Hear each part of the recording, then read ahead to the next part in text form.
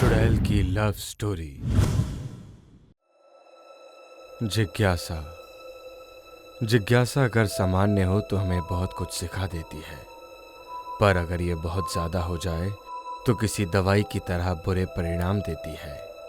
ऐसा ही कुछ मेरे साथ भी हुआ जब मेरी जिज्ञासा इतनी बढ़ गई कि सारी सीमाओं को पार करते हुए मुझे एक ऐसे दलदल में ले गई जहां से निकलना मेरे लिए बिल्कुल ही नामुमकिन हो गया। कुछ सालों पहले की बात है। मैं अपने पेरेंट्स के साथ शहर में रहता था। मुझे बचपन से ही अपने दादा दादी से मिलने गांव जाने का मन था, पर मेरे पेरेंट्स कोई ना कोई बहाना बनाकर मुझे मना कर देते थे। ज्यादा से ज्यादा वो मेरी उनसे फोन पर बात करवा देते थे। मुझे पहले लगा कि मेरी कम उम्र होने की वजह से वो मुझे मना कर देते हैं, पर ऐसा नहीं था। इसके पीछे का कारण जब मुझे पता चला तो मैं समझ गया कि वे सही थे। काश मैंने उनकी बात मानकर अपनी जिद छोड़ दी होती, पर मेरी जिज्ञासा कहाँ मुझे शांत रहने देती। इसलिए मैंने अकेले ही गांव जाने का मन बना लिया। मुझे गांव के नाम से ज्यादा कुछ नहीं पता था, और अगर मैं अपने पेरेंट्स से पूछता तो उन्हें शक हो जाता। पर आजकल की इंटरनेट की दुनिया में सब चीजें आसानी से मिल जाती हैं। मैंने फोन के जीपीएस से गांव की लोकेशन निकाली। गांव बहुत दूर था, पर मैंने ठान ही ली थी कि मैं वहां जाऊंगा। मैं अपना सामान एक बैग में पैक कर ही रहा था कि मेरे पापा आ गए। कहाँ जाने की तैयारी हो रही है? अरे पापा, वो मैं आपको बताना ही भूल गया। मैं अपने दोस्तों के साथ 3 दिनों की कॉलेज की पिकनिक पर जा रहा हूँ। ये पहली बार था कि मैंने अपने पेरेंट्स से झूठ बोला हो, पर करता भी क्या।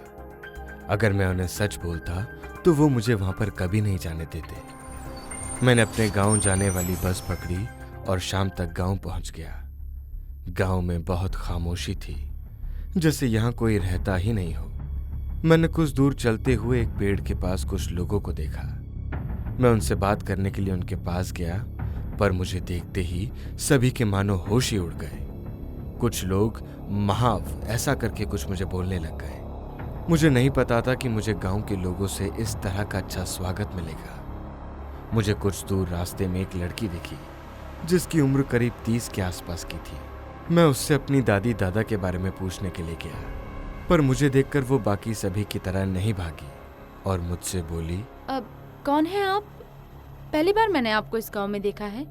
जी, मेरा नाम विजय है। और आप बाकी लोगों की तरह मुझे देखकर भागे क्यों नहीं? उनको कोई गलत फहमी हुई होगी। उसने बताया कि उसका नाम अमृता है। उसके चेहरे की हंसी पल भर में ही उदासी में बदल गई। उसने बताया कि ये गांव श्रापित है, यहाँ कोई भी खुश नहीं रह पाता। हर कार्यक्रम में कोई ना कोई अनहोनी घट जाती है। रातों रात फसलें खराब हो जाती हैं, जिसके कारण सभी लोग बहुत गरीबी में रहते हैं। मुझे पहले तो उसकी बातों पर विश्वास नहीं हुआ, पर उसके चेहरे की उदासी को देखकर मुझे मालूम हो गया कि उसने जो भी कहा वो सच था। लेकिन आखिर किसने इस गांव को श्राप दिया? अगर तुम सच में जानना चाहते हो तो चलो मेरे साथ मंदिर में। इसके बाद मैं और अमृता मंदिर के पास पहुंचे। वो मंदिर कम एक पुराना खंडर ज्यादा लग रहा था, जिसके बाहर दरवाजे पर एक औरत की तस्वीर बनी हुई थी। दरवाजा बहुत भारी था, इसलिए मैंने और अमृता ने मिलकर दरवाजे को खोला, पर दरवाजा खुलने की आवाज इस तरह की थी जैसे कितने सालों पुराना दरवाजा हो। मैं बाहर खड़े होकर दरवाजे पर बनी तस्वीर को देखने लग गया। अमृता ने मंदिर के अंदर से मुझे आवाज दी, विजय, क्या हुआ? तुम बाहर क्यों खड़े हो? अंदर आ जाओ। मैंने जैसे ही अपने पैर मंदिर के अंदर रखे, एक जोरदार भूकंप आया, जिसकी वजह से मैं और अमृता जमीन पर गिर गए। शुरू के संकेत मुझे किसी और जरूर इशारा कर रहे थे, पर मैं कहाँ समझ पाया इन सब चीजों को। मैं खड़े होकर अमृता के पास जाने लगा, पर चलते हुए मुझे पीछे से दरवाजा बंद होने की आवाज आई। मैंने मुड़कर देखा कि दरवाजा अपने आप ही बंद हो गया। मैं काफी चौंक गया था, क्योंकि वहां ऐसा कुछ भी नहीं था जिससे ऐसा हो सकता था। पहले वो भूकंप और अब ये दरवाजा, आखिर ये सब हो क्या रहा है? अमृता के पास मेरे सवालों के कोई जवाब नहीं थे। वो खुद बहुत हैरान और परेशान थी। उसने मुझसे बिना कुछ कहे सीधा सामने लगे हुए बड़े से शीशे के पास गई उसने वहां बहुत से पत्थरों के ऊपर रखी एक पुरानी सी किताब को उठाया और मेरे पास आई। उसने किताब में से देखकर मुझे बताया कि इस जगह पर रानी मेघावती राज करती थी। वह मावंत नाम के राजा से प्यार करती थी, पर राजा ने उसको धोखा दे दिया, जिसकी वजह से रानी ने आत्महत्या कर ली और गांव को श्रापित कर दिया। अमृता ने बताया कि किताब का आखिरी पेज गायब है, जिसकी वजह से उसे नहीं पता कि श्राप से मुक्ति कैसे मिलेगी। मैंने उसके हाथ से किताब को लेकर देखा कि उसमें बनी रानी की तस्वीर दरवाजे पर बनी तस्वीर से बिल्कुल मिलती थी। मैंने फिर कुछ पन्नों को पलटकर देखा, जिसे देखने के बाद मेरे होश ही उड़ गए। उसमें महावंत की तस्वीर थी, जो कि बिल्कुल मुझसे मिलती थी। जी हाँ, अब मुझे सब कुछ समझ आ गया था कि क्यों गांव के लोग मुझे देखकर भाग रहे थे। वे मुझे महावंत समझ रहे थे, पर मुझे अभी भी एक बात समझ नहीं आ रही थी कि आखिर सबकी तरह अमृता मुझे देखकर क्यों नहीं भागी। मैंने जब उससे इस बारे में पूछा तो उसने जवाब दिया, क्योंकि मैं जानती हूँ कि महावंत दोबारा कभी नहीं आएगा, लेकिन तुम्हें जितना जल्दी हो सके चले जाना चाहिए। उसके इस जवाब से मैं बिल्कुल भी संतुष्ट नहीं था। श्राप की कहानी जानने के बाद हमने किताब को उसकी सही जगह पर रखा और वापस जाने लगे। पर मुझे नहीं पता था कि असली मुसीबत तो अभी मेरा इंतजार कर रही थी। दरवाजे के बंद होने के बाद हम मंदिर से निकलने के लिए दूसरा रास्ता ढूंढने लगे। मेरी नजर बार बार वहां लगे शीशे पर पड़ रही थी। मेरी जिज्ञासा इतनी बढ़ गई कि मैं उसके पास जाने लगा। अमृता ने मुझे शीशे के पास जाने से रोका, जैसे वो मुझसे कुछ छिपा रही हो। पर मेरी जिज्ञासा इतनी बढ़ गई थी कि मैं उसके सामने जाकर खड़ा हो गया। मैंने शीशे के ऊपर जैसे ही हाथ रखा तो मुझे लगा कि शीशे के अंदर मेरा हाथ जा रहा है। मैंने अपना हाथ थोड़ा सा अंदर डाला, पर तभी किसी ने मेरा हाथ शीशे के अंदर से पकड़ लिया। ये सब देखकर अमृता की रूह कांप रही थी, जैसे कुछ बुरा होने वाला हो। मैंने जैसे ही अपना हाथ बाहर निकाला, मैंने देखा कि मेरा हाथ पकड़े हुए एक चुड़ैल शीशे से बाहर आ गई है। चुड़ैल मेरे हाथ को छोड़कर हवा में उड़ने लगी और बोली, महावंत, तुमने मुझे आखिर धोखा क्यों दिया?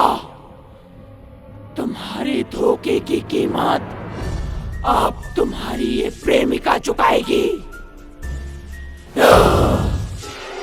इतना कहकर चुड़ैल ने मेरी तरफ कुछ जादू किया और मेरा पूरा शरीर अकड़ गया। इसके बाद मेरा पूरा शरीर चुड़ैल के वश में हो गया। वो जैसा कहती मैं वैसा ही कर रहा था। उसने मेरे हाथों के पास रखे जंग लगे हथौड़े को उठवाया और अमृता को जान से मारने के लिए कहा। मैं बिल्कुल बेबस था और अमृता को बिल्कुल भी नुकसान नहीं पहुंचाना चाहता था, पर किसी कठपुतली की तरह मैं चुड़ैल के इशारों पर नाच रहा था। मुझसे बचने के लिए अमृता हर जगह भाग रही थी और भागते हुए उसे कोने में एक पेज मिला, जो बिल्कुल उसी किताब का लग रहा था जो अमृता ने मुझे दिखाई थी। उसको पढ़कर अमृता के चेहरे पर कुछ चमक आई और वो शीशे के पास जाकर खड़ी हो गई। उसने कुछ प्लान बनाया था जो सफल भी हुआ। चुड़ैल मुझे कंट्रोल करते हुए शीशे के पास ले गई और मेरे हाथों से हथौड़े से अमृता पर वार करवाया, पर अमृता समय रहते अपनी जगह से हट गई, जिस वजह से हथौड़ा सीधा शीशे पर लगा और शीशे के टुकड़े टुकड़े हर जगह फैल गए। कुछ टुकड़े मुझे भी लगे, पर मुझसे ज्यादा तो चुड़ैल बुरी तरह से दर्द से करहा रही थी और वहां से गायब हो गई। उसके जाने के बाद मेरे पर उसका कंट्रोल भी पूरी तरह से खत्म हो गया। अमृता फौरन दौड़ते हुए मेरे पास आई और खुश होकर बोली, तुमने आखिरकार रानी के श्राप से सभी गांव के लोगों को बचा लिया। उसने बताया कि आखिरी पन्ने पर यही लिखा था कि श्राप से मुक्ति महावंत जैसे दिखने वाले युवक द्वारा शीशे को तोड़ने से ही मिलेगी। इसलिए उसने मेरे द्वारा वो शीशा तुड़वाया। मैं ये सुनकर काफी खुश हुआ कि मेरी वजह से अब गांव के लोग चैन से जी सकेंगे।